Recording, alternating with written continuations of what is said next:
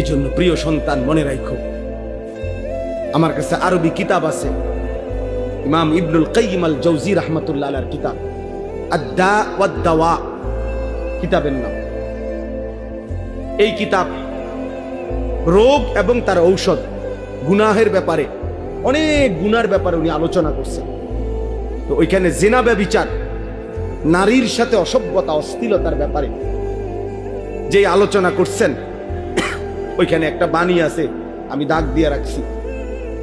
ইমাম শাফিঈ রাহমাতুল্লাহ আলাইহি বলছে, বিশ্ববিখ্যাত ইমাম, 4 মাযহাবের একজন ইমাম, হানাফি শাফিঈ আমরা বলি না, এই ইমাম শাফিঈ রাহমাতুল্লাহ আলাইহির একটা বাণী, উনি বলছেন আয-জিনা কারজুন।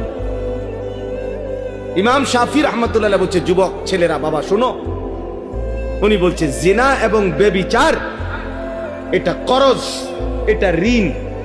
ঋণ যেমন সুদ দিতে হয়, তোমার এই অসভ্যতা ব্যভিচার তোমার ফ্যামিলির কাউকে না কাউকে দিয়ে সুদ দিতে হবে।